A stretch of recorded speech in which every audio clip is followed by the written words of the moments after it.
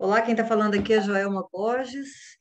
Eu estou aqui com o presidente da Frente Conservadora de Goiânia, Jennifer Cresce, e hoje foi organizada uma manifestação contra o lockdown em a favor do tratamento preventivo em Goiânia, na Praça Cívica, onde participaram várias associações, igrejas, representantes dos feirantes da 44, da Feira Hippie. E aí eu gostaria de saber qual a sua análise a respeito dessa manifestação de hoje, senhor Cresce.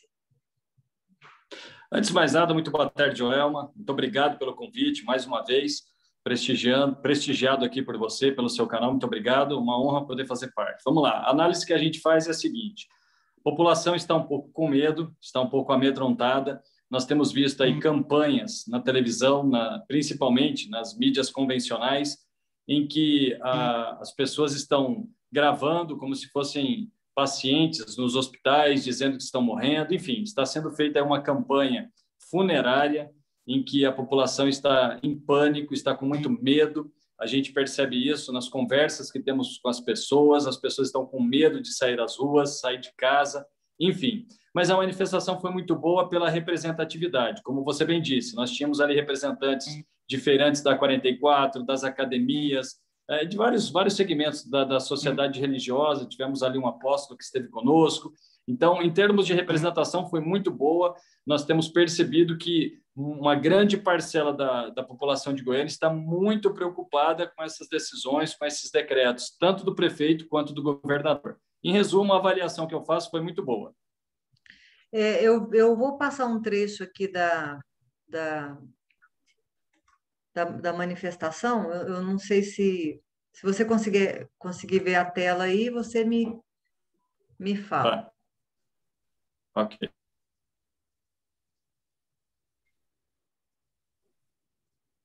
Vou compartilhar a tela aqui. Perfeito.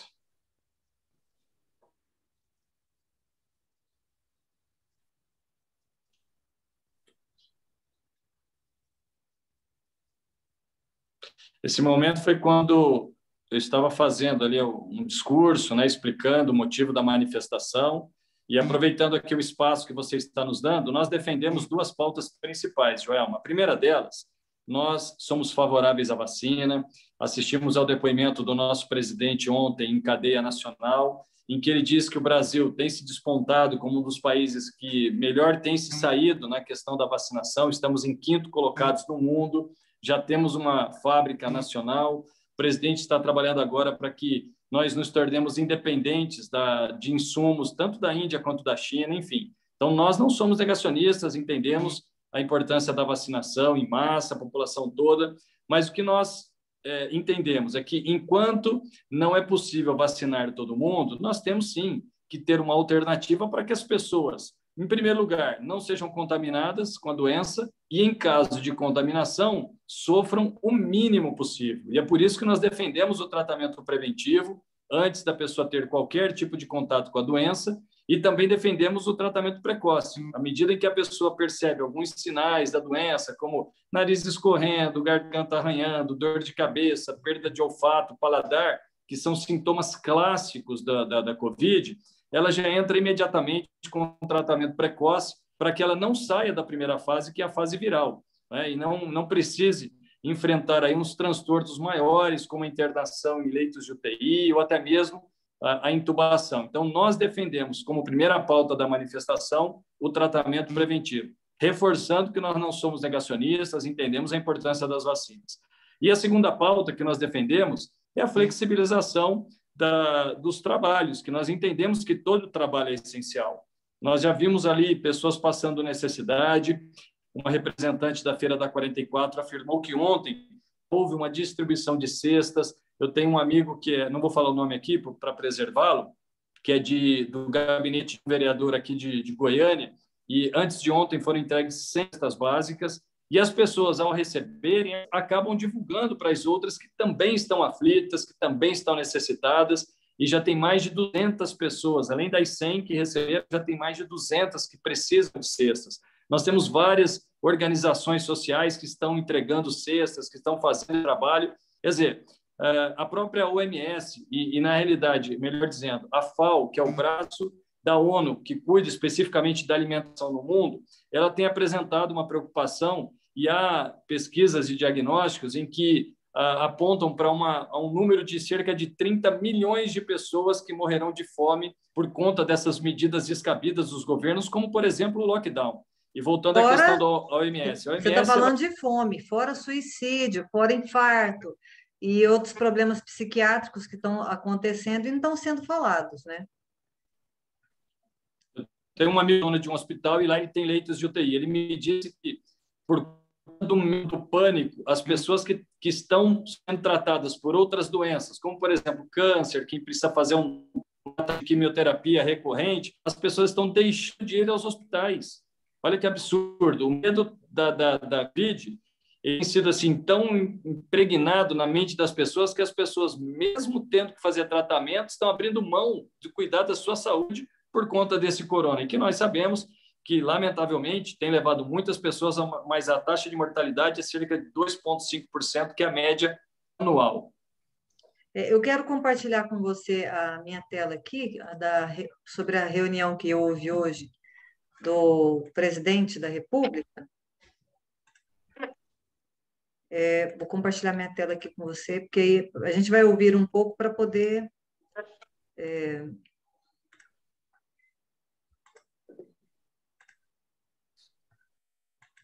Aí. Tá vendo aí? Sim, perfeito. Estou vendo. Oh, desculpa, eu consigo...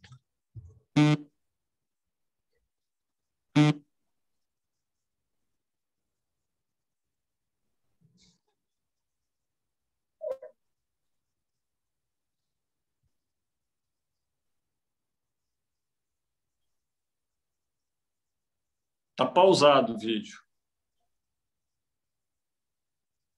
Para mim está rodando aqui. Para você está pausado? Está pausado? Está pausado. E Sim. agora? Está parado.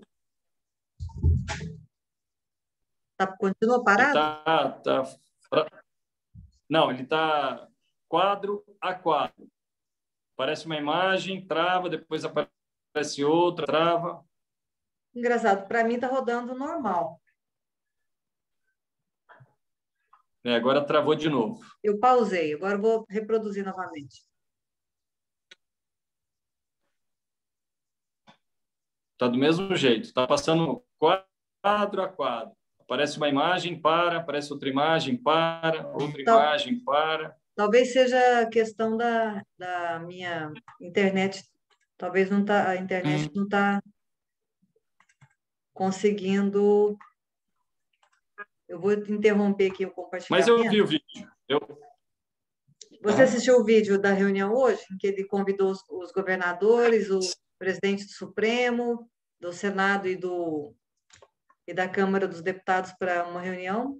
Qual foi sua avaliação sobre isso? Sim, assisti, fiquei muito animado com o resultado dessa reunião, principalmente após os depoimentos, começando pelo do presidente, em que ele cita, né, mesmo que assim de forma bem rápida, a questão do tratamento preventivo, e depois a assunção dele enquanto presidente como realmente o gestor que vai estar à frente das políticas públicas dessa pandemia, que na realidade já é algo preconizado pela Constituição. Todos nós sabemos que todas as campanhas em nível nacional são realizadas pelo Ministério da Saúde, claro, em parceria com os estados, com as secretarias estaduais de saúde, municipais de saúde, mas o Supremo Tribunal Federal é que interferiu e tirou esses poderes das mãos dele. Eu, particularmente, acho que ele cedeu a esse tipo de pressão jurídica, que, na verdade, na Constituição defende que é ele quem tem que fazer isso, né? Aliás, historicamente sempre foi, né? Eu me lembro, hoje não mais com tanta frequência, mas nós nos lembramos aí de alguns anos atrás, quando nós tínhamos a campanha do Zé Gotinha, né? Contra a utilização da vacina da Sabin, né? Então era o Brasil inteiro, todo mundo, no Brasil parava e ia todo mundo lá levar as crianças para se vacinarem. E assim várias outras campanhas foram feitas, sempre com a coordenação nacional do Ministério da Saúde. Isso já é Eu continuo te Tá me ouvindo. ouvindo? Parece que caiu. Tá me ouvindo bem? Continuo te ouvindo. Tá, perfeito. E como você bem disse, né, o ano passado, infelizmente, o Supremo ele fez uma intervenção e nós entendemos que foi uma intervenção totalmente indevida, porque houve sim, né, dentro da própria Constituição que preconiza a interdependência harmoniosa dos poderes, houve sim uma interferência do Ele Judiciário quebrou no Poder essa Executivo, harmonia. tirando do presidente da República a sua autonomia para fazer frente a essa pandemia, repassando aos estados e municípios a realização. Tanto é que nós temos várias medidas tomadas de forma diferente por cada estado, por cada município. Né? E hoje, até mesmo aqui em Goiás, nós temos essa queda de braço, em que o governador ele declara que, até ontem pelo menos, né, declarava que ele não ia atender aos mandados do presidente, porque o Supremo dele tem a responsabilidade. Só que aí alguns prefeitos se negaram a cumprir com os decretos do governador, né, e ele pôs goela abaixo para que os prefeitos atendessem ao decreto do governo. Quer dizer, olha que contrassenso. O governador não obedece o presidente, mas os prefeitos não podem ter opinião própria, mesmo sob a determinação do Supremo. Quer dizer, um autoritarismo, um contrassenso, quer dizer, faço o que eu mando, mas não faço o que eu faço. Quer dizer, Parece eu uma não obedeço o ditadura, né? presidente, mas vocês têm que me obedecer. Então, Silvio, saiu. O E a quanto gente a esquerda disse que o Bolsonaro seria um ditador, seria misógino, seria racista, seria homofóbico, e que por conta do fato dele ter um histórico militar, ele iria ser um ditador, ia trazer de volta uma ditadura. Acabamos vendo, no final, foi a ditadura do STF com seus ministros e agora a ditadura dos governadores sobre os prefeitos, porque também tivemos vários prefeitos também que quiseram ser pequenos ditadores também, né, no lugar. E aí também tiveram que engolir o sapo dos governadores. é No verdade. Mas final, a gente tem voltando, os governadores fazendo um regime de ditadura nos estados. voltando então, estou muito animado com o depoimento do presidente, né, em que ele retoma para si e eu penso assim que houve uma habilidade fora do comum do presidente, porque ele conseguiu reunir o Congresso, né, representado ali pelo presidente da Câmara dos Deputados, pelo presidente do Senado Federal, esteve com ele também o próprio presidente do Tribunal Federal. Enfim, ele conseguiu ali, com muita habilidade, trazer todos para um centro de um debate, viu? Com o apoio de todas essas instituições, né? E conseguiu a Democraticamente, mas com o anuência apoio, deles, com o né? aval dessas instituições, assumir o papel que sempre... Isso, conseguiu Conseguiu a assumir o anuência. papel que sempre coube a ele como presidente, né, ele sempre teve que ter esse protagonismo que ele foi tirado ano passado e que hoje ele retoma com muita habilidade, que houve muita conversa, enfim, e eu penso, né, pelo que nós vimos, que verdadeiramente agora as coisas vão ser colocadas nos seus devidos lugares. O Supremo vai esperar as decisões, né, inclusive o presidente, o Fux, disse que por força de lei não pode participar deste comitê, mas ele estará dando toda a assessoria para que não haja judicialização, como tem acontecido constantemente. O presidente faz alguma medida, vai lá o PDT, o PSOL, o PT e entra com embargos e judicializa. Quer dizer, nós estamos nessa queda de braço. E pelo que o presidente do Supremo, o ministro Fux, deixou claro, é que vai tentar fazer de tudo, até pela necessidade da celeridade das medidas. Nós não temos tempo para esperar uma ação judicial 1 mês, 2 meses, enquanto pessoas estão morrendo nas filas dos hospitais. Então, eu acredito que essa reunião, capitaneada pelo presidente, foi feita com muita habilidade, com muita experiência, porque ele foi um deputado atuante aí, ao longo de muitos anos de mandato. Então, eu percebi que houve da parte dele uma habilidade assim descomunal. Parabenizo a atitude do presidente. A impressão que a gente tem é que essa determinação que houve, se eu não me engano, do Ministério Público Federal da prestação de contas dos estados e municípios, do dinheiro federal, o dinheiro que o Bolsonaro mandou para os estados e municípios combaterem a pandemia, e o prazo era até dia 19, na semana passada, na sexta-feira, e eles tinham esse prazo para poder prestar contas do que eles fizeram com o dinheiro, com os respiradores, com o hospital de campanha que foi desmontado. E nós sabemos que, inclusive, alguns governadores começaram até a ficar, como o do Rio Grande do Sul, o Eduardo Leite, já até flexibilizou o lockdown, após essa determinação e essa possibilidade de como chama um estado de defesa no país, e o governador Ronaldo Caiado aqui em Goiás também já prometeu 27 milhões de reais para cada cidade. 27 milhões, diga-se de passagem, não creio eu que seja do bolso dele. Provavelmente esse dinheiro vem justamente desse dinheiro da pandemia de combate ao coronavírus que o presidente Bolsonaro forneceu e que ele não estava falando nada sobre esse dinheiro, creio eu, né? E a gente vê que lá nessa reunião, no final, o Ronaldo Caiado fala, se propõe a ajudar no combate, mas no finalzinho da fala dele, ele fala que deve fazer o lockdown. Ou seja, ele continua batendo nessa tecla, ele continua tentando, sendo duro nesse sentido. Acredito que você tenha visto essa parte. Posso só retomar um pouquinho? Pode. Só retomando um pouquinho. Na realidade, não foi o Ministério Público, foi a Procuradoria-Geral da União, né? A Procuradoria-Geral da República, a PGR, que fez essa solicitação. Só para a gente entender o que aconteceu especificamente aqui em Goiás. O presidente da República inaugurou o primeiro hospital de campanha aqui em Águas Lindas, interior de Goiás, próximo a Brasília. Você sabe foi o primeiro leitos? do Brasil. O governo federal bancou a construção, vou passar para você, bancou a construção, um custo de 10 milhões para construir e ainda manteve toda a manutenção, pagamento de aluguel da área, enfim, tudo por conta do governo federal. 220 leitos, se não me falha a memória. 770 e poucas pessoas foram atendidas.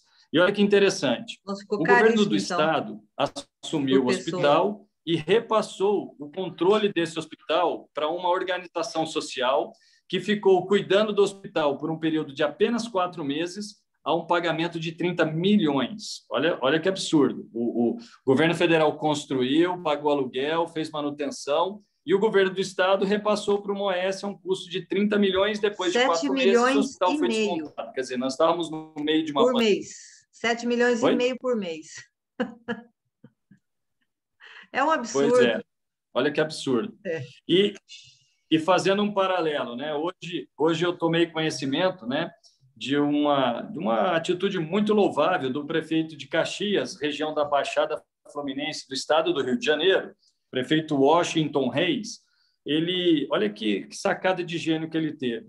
Ao invés de construir hospital de campanha, fazer aquele negócio de tenda, aquela coisa, né, meio que precária, o que ele fez? Ele descobriu que tinha um hospital fechado, estava falido o hospital, mas que ainda mantinha toda a estrutura hospitalar. Canos de oxigênio, enfim, toda a estrutura.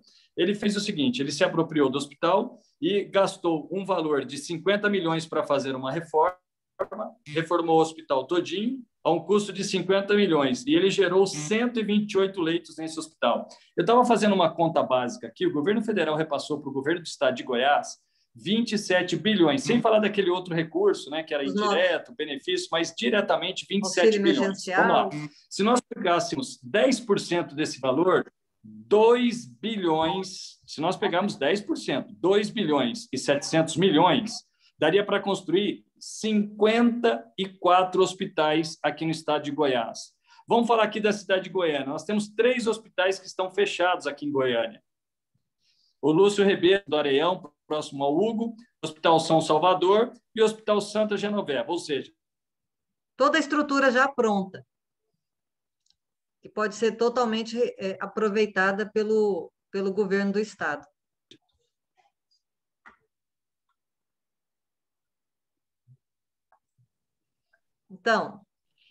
Então, nós temos aqui em Goiânia 3 hospitais que têm toda a estrutura montada, que são o Hospital Santa Genoveva, Hospital São Salvador, Hospital Lúcio Ribeiro, inclusive ali próximo ao Areião.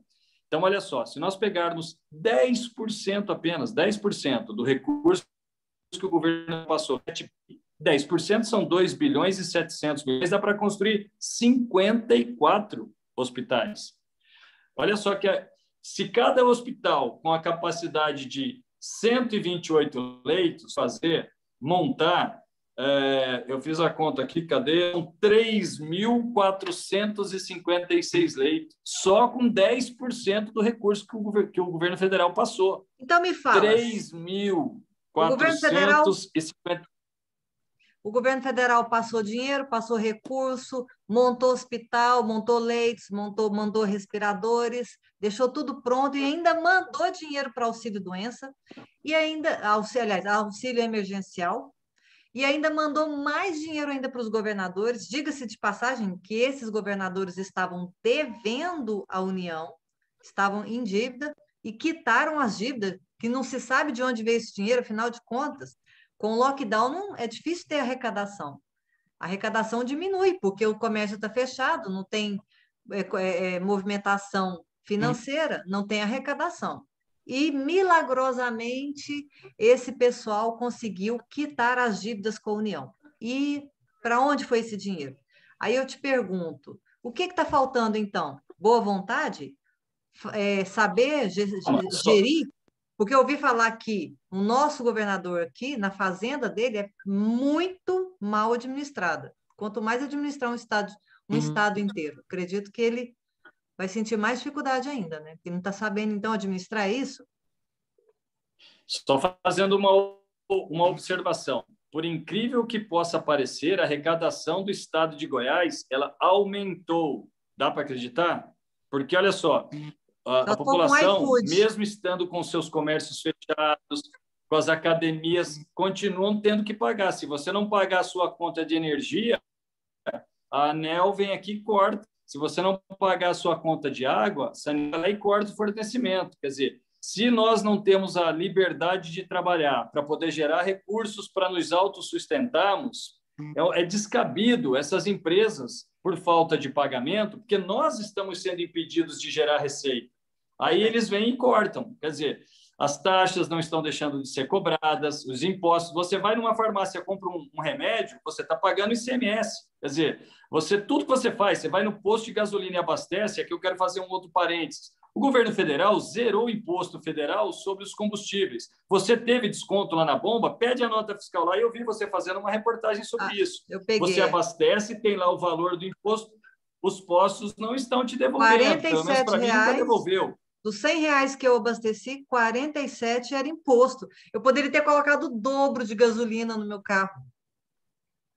Pois é. Então, por incrível que possa parecer, as pesquisas têm mostrado aí, o relatório aí da transparência, o site da transparência tem mostrado que a arrecadação de Goiás tem aumentado.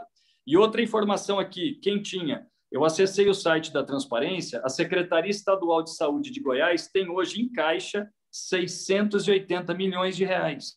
Talvez aquele recurso que você falou que será repassado para os municípios, talvez seja desse dinheiro que já está nos cofres públicos. Não serão receitas ainda de impostos, nada disso, já está lá prontinho para ser usado. Então, aqui vai o meu apelo. Senhor governador, faça como o prefeito de Caxias fez. Pega esses 3 hospitais de Goiânia, constrói, restaura. Talvez não gaste nem 50 milhões, mas mesmo que gaste 50 milhões, o senhor vai abrir para cada hospital 128 leitos.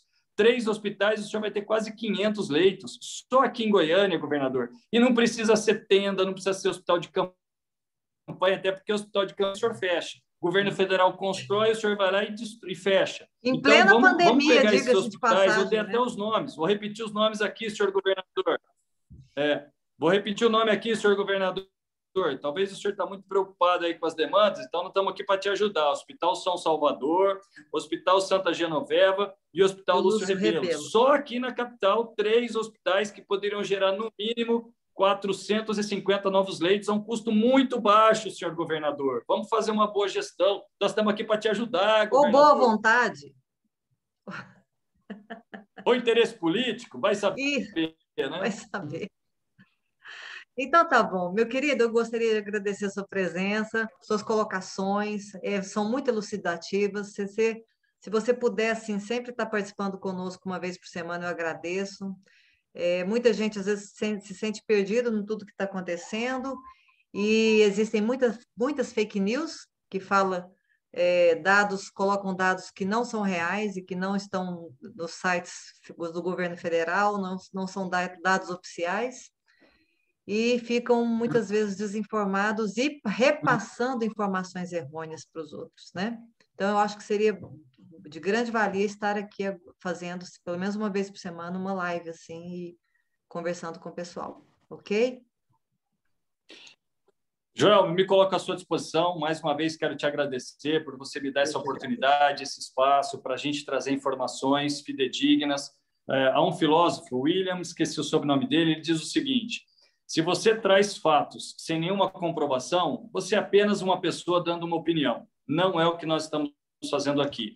Tudo que eu falo, eu trago provas, eu trago dados, eu cito a fonte, né? Essa dos hospitais, dos cálculos, da transparência. Enfim, então nós não estamos sendo aqui levianos, nós estamos aqui com muita fundamentação, com muita responsabilidade, porque eu sei da seriedade aí do seu canal, da seriedade do seu programa aí, e quero compartilhar com vocês essas informações com muita tranquilidade, mas, acima de tudo, sempre com o propósito de ajudar a população no sentido de disseminar informações fidedignas que muitas vezes a imprensa não transmite, a imprensa, não sei por que, não tem interesse. E quero aqui, mais uma vez, agradecer esse espaço que você está me dando. Obrigado, viu, Joel? Eu que agradeço. Pessoal, falei com Jennifer Cresce, presidente da Frente Conservadora do Estado de Goiás. Hoje são 24/3/2021, nós falamos de Goiânia. Obrigado pela sua atenção, espero que a gente tenha ajudado em alguma coisa. Um abraço, tchau, tchau. Obrigado. Tchau, tchau.